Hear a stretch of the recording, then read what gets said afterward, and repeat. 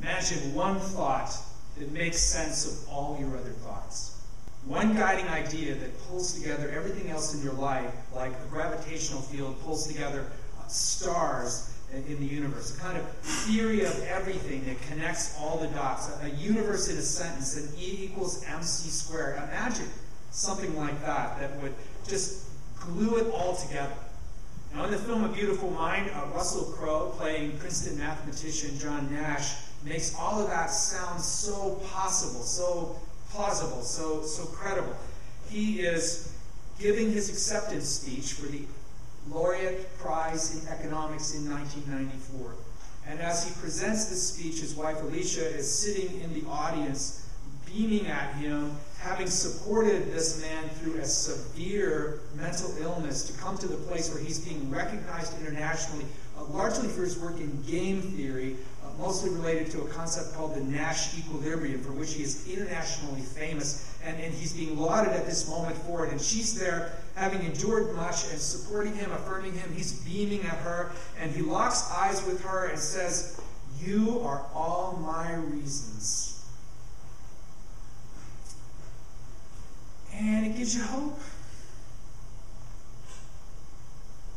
Until you Google the movie, and you find out that economics laureates on the Nobel Prize level never give speeches. All of their medals are awarded in a private ceremony.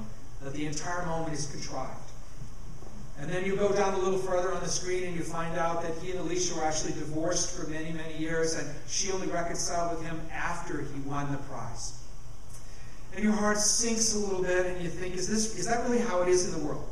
So anything that claims to be sort of ultimate or final or definitive, anything that claims to be that theory of everything, the more you make that claim, the less plausible the thing must be. The greater it claims to have influence or potential in your life, the more contrived, more Hollywood, the more movie-esque it must be, because something like that could never be real in the world we live in.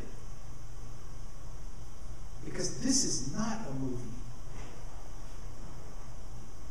This is a world where balconies fall down. This is a world where white men take .45 caliber semi-automatics and shoot black people in a church. This is a world where good stuff happens for sure, but terrible stuff happens too. It is not a dry run. It's the only chance we get. Well, that kind of cynicism is what people brought to the speaking of Jesus in the first century in Palestine under Roman occupation in that region. We are now walking through Mark's account of Jesus' life in public, and we're looking for what we call Jesus in 3D. We're looking for that extra dimension that will reach out to your heart and make you want to say inside yourself, not because somebody browbeat it into you, but because it comes up from inside you, that dimension that comes from God himself that makes your heart says, yes, yes, yes, yes, yes. He's the one. He's the one. He's the one.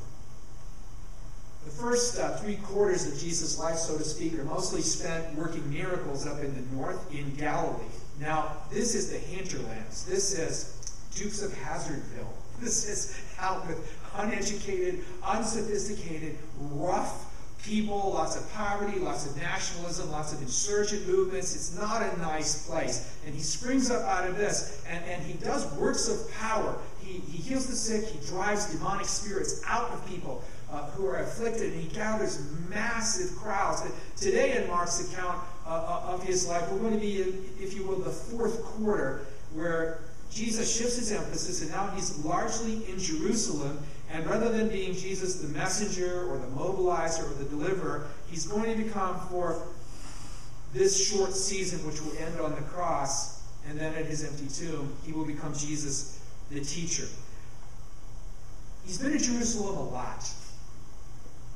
From infancy, from his dedication as a baby. And then we know he visits there at the age of 12 and debates with the doctors of the temple. This time it's different. He enters the city gates riding, and the crowds who will just days later shout for his blood are screaming, "Hosanna, our Savior is here." The situation is volatile. The Romans are nervous. The Jewish leaders are nervous. Everybody's nervous. And so what Jesus does is he becomes a commuter. He stays in a small town called Bethany, not far from Jerusalem, and he and his followers ride or walk into the city every day for work, if you will, which in this case is going to the temple to do some teaching. Now, the temple in the city is Broadway.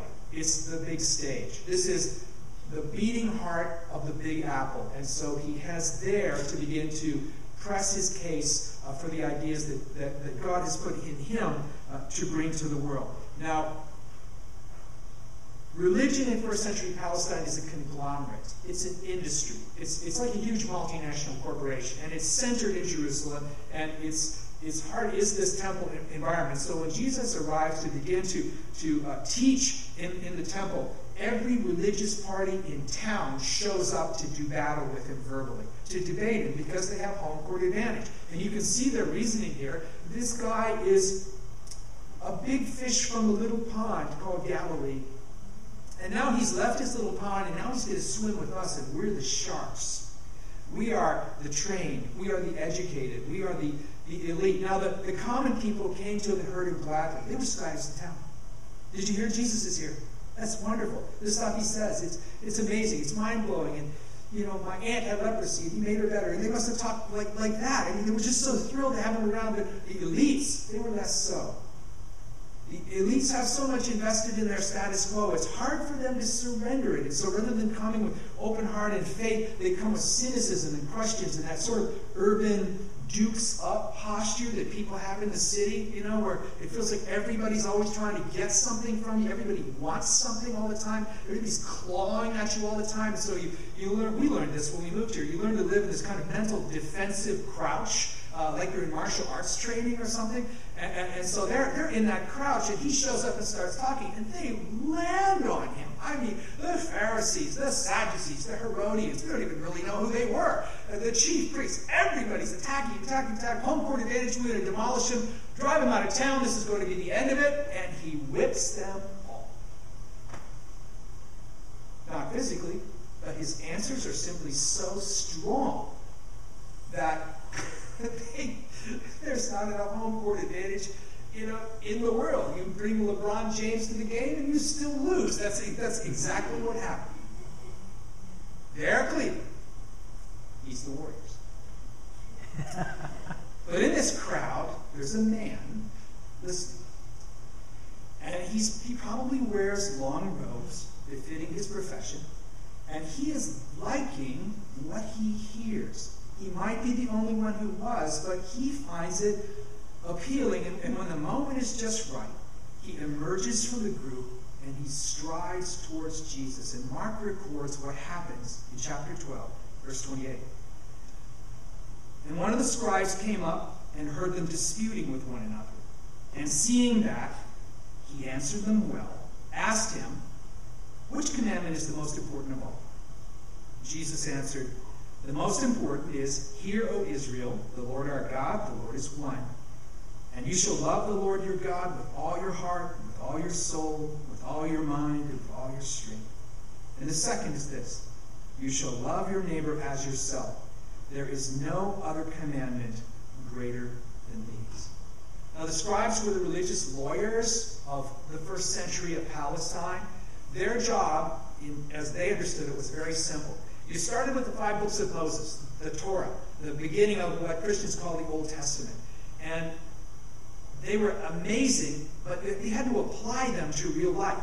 And so what the scribes did was they developed a huge quantity of oral tradition and application to try to translate those scriptures into principles that could actually guide your life.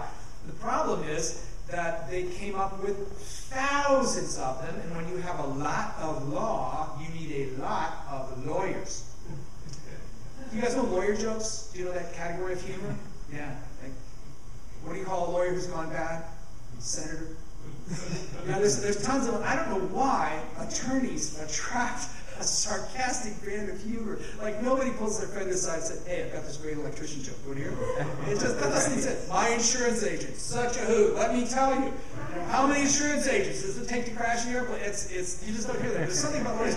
And this would be the same attitude that people had towards the scribes in those days. Like, oh boy, the crowd's probably wondering, I wonder what this guy wants now. These long robes striding up to Jesus like he's somebody. They're probably expecting some kind of long, pedantic, boring, repetitive recitation of quotations from other authorities, which would be a typical talk by a scribe. And instead, he brings a question, and he brings it from a positive point of view. He doesn't come to attack.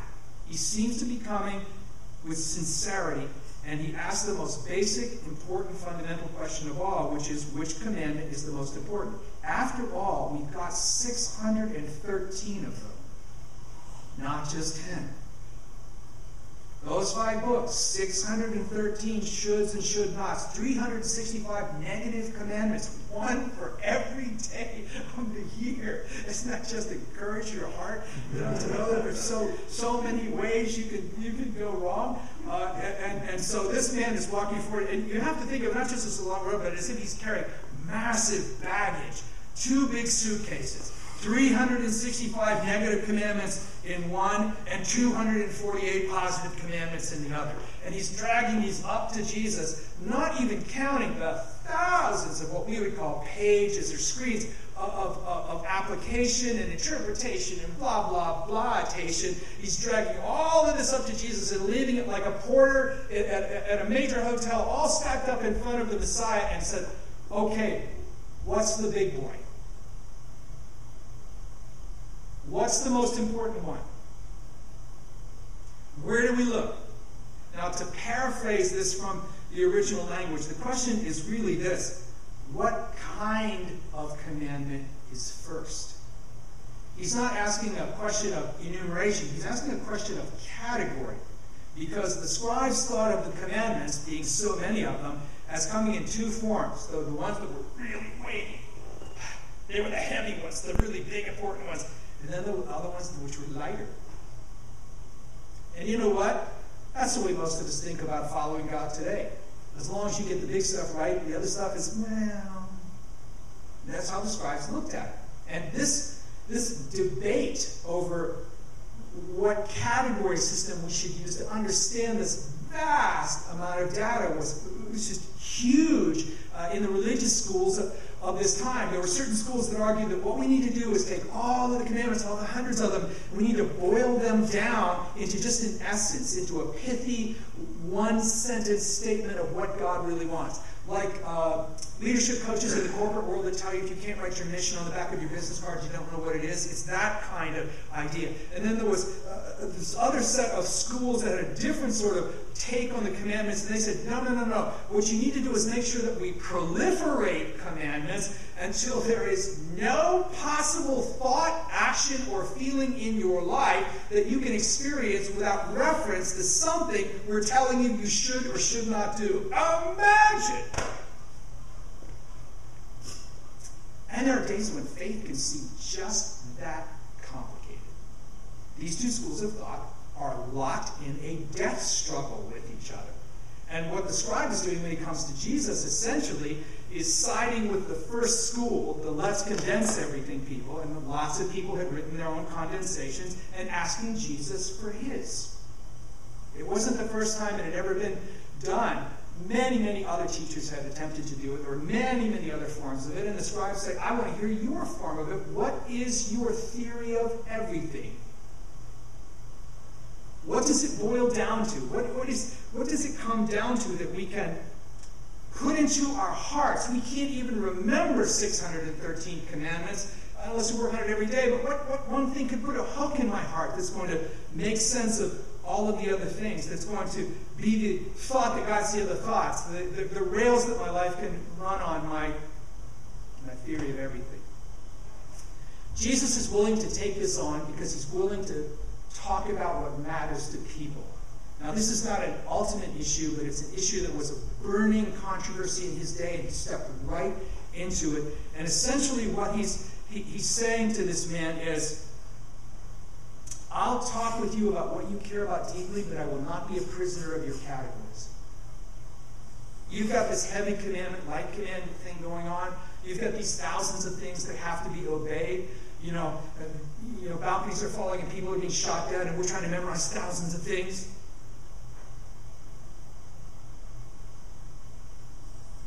We live in this flow of internet information that is just, I think of it as living in a drift where we lose the difference between where I end and the other person I'm connected to starts, and have such an influx of this electronic Niagara that just pours through our brains that when it stops because my phone battery goes dead, I go into withdrawal.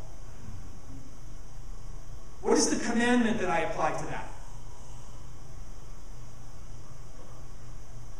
2 generations ago, work was considered drudgery, and you went home to be refreshed, recharged, regrouped, and go back to work the next day to take care of your family. For many of us today, people think of it as the other way around. It's like work is, they bus me there. They have a gym. They serve me fresh deli sandwiches. There's a masseuse will come to my office and make sure my shoulders aren't tight between my meetings. There's live espresso as much as I want to keep me going through the day. I get my favorite music over my private PA in my office. At home and family are now drudgery. What commandment do we apply to that?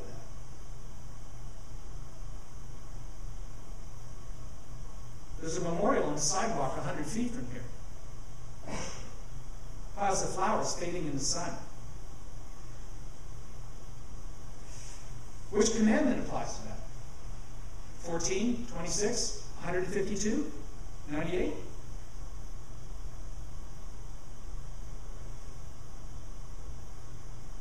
We're burying people from churches. Killed with a handgun. That doesn't even count the 74 that were killed last year. Well, let's see. 357 should work for that one. 20. You see the fragility of this system that the scribe is talking about? It's a house of cards. And I wonder if he feels the weight of that and he's really pleading with Jesus, show me a better way. What really matters when you get to the end of it? What really counts? What is going to put something inside me that isn't just going to be a question of memorizing and applying stuff, but is actual real-time guidance of the life of God flowing through me out into the world? And Jesus answers him with these words. He says the first one is, the Lord your God is one. This is the Shema from Deuteronomy chapter 6. This is the historic confession of faith of the nation of Israel. Devout Jews of the day repeated it morning and evening, and it was also sometimes written and placed within small leather boxes that were bound on the forehead and the arm of Jewish men in this time. And it was for a very simple reason, to remind them that we are a one-option people. There's just the Lord, who has always kept his covenant with us, who has always been faithful with us. The Lord who sent the Messiah to us. There's just him, and there is no one else. There are no other options. There's just him. He is an infinitely faithful, loving God. But he is all there is. God and no one else. And then he tells him this, that we are to love the Lord with everything we have. Now when he says heart, soul, mind, and strength, in the ancient imagination of this day, this is not an analytical breakdown of what people are made up with. It's not like you have 4 compartments, and these are just descriptions of how people are. But in the ancient world, emphasis is achieved by using repetition. And so it's heart and soul and mind and strength. It's designed so you can almost be saying that to yourself as you walk down the sidewalk. Heart and soul and mind and strength. It's like hammer blows driving a stake deeper and deeper into the ground. Heart and soul and mind and strength. He's saying that when you give your love to God, this God who is the only God, this God who is the only option, Jesus is saying something. It's so simple it almost goes by without being noticed. He said, don't hold anything back. that your heart, your soul, your mind, your strength, all of you, these are all faculties that God has placed inside you at His creation of you to give you the capacity to love. And that love is out of, it's locally sourced, so to speak. It's out of all those deep inner parts of you. And if you want that thing that guides it all, if you understand that the Lord is one, return everything that you are to Him and don't withhold anything.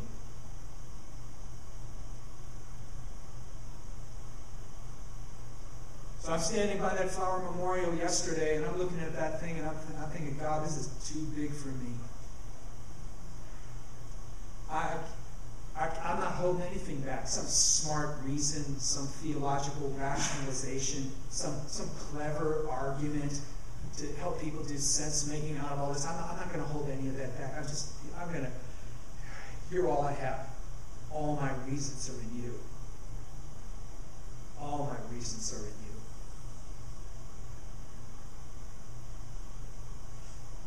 I read a story about a terrible tragedy among our peers at another church on the far side of the country, and I see that someone of my race has murdered multiple people of another race. And I have to give up my clever rationalizations. Oh, but I'm not like that. My family never even gave me a handgun. I wouldn't be involved in anything like that. And if I'm real about it, I come to the point of understanding that all of my slick arguments and my evasive ways of turning myself so that the thing goes by me, that all of that at the end fails, and I have to come back to the God who is the only option.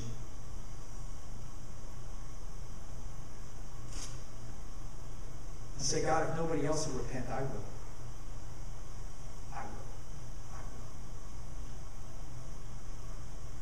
It's not just him, it's me, it's me, it's me, it's me, it's me.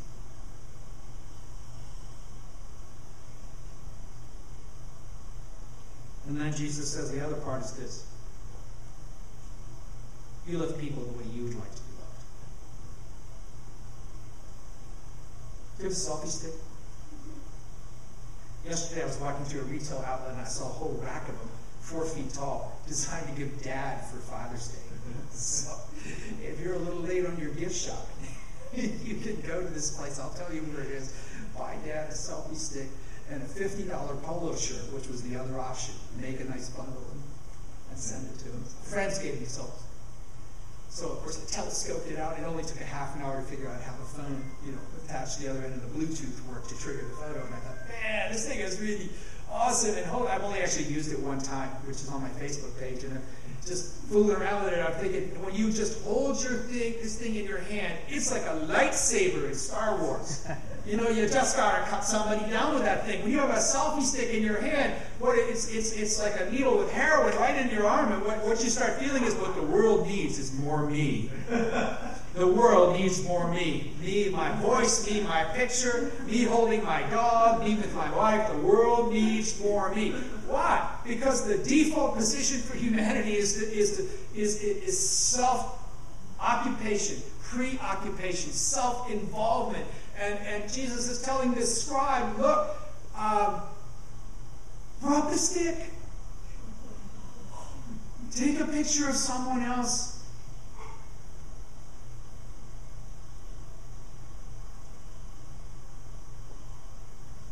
These threads come together in one simple thought. Lots of people talked about loving God. And lots of people before Jesus talked about loving others. Both of those, in fact, are paraphrases of very well-known verses from that same Torah that the scribe claimed to be an expert. But here's what Jesus adds uniquely. He's the first one to put them together. And to say, if we do these things, all of the law is fulfilled in this. This is the theory of everything. You love God, you hold nothing back. Not your career, not your ambition, not habits, not behavior. You hold absolutely nothing back. And you drop the selfie stick and take a picture of someone else. They are one. They're a unity. They're indivisible. Which tells me that if I'm ever going to have any hope of dropping my selfie stick and photographing you, the path to that is loving God completely and holding nothing back. Because without that deep love relationship with God, where does the love come from for you? I don't have it. I don't have it. But together, the love of God pours into our heart, and our hearts break over the tragedies of the world. They rejoice over the good things we see happen among our friends. They sing when they see the blessing of God in somebody's life, and there's a surplus there that's left over for me to take your picture.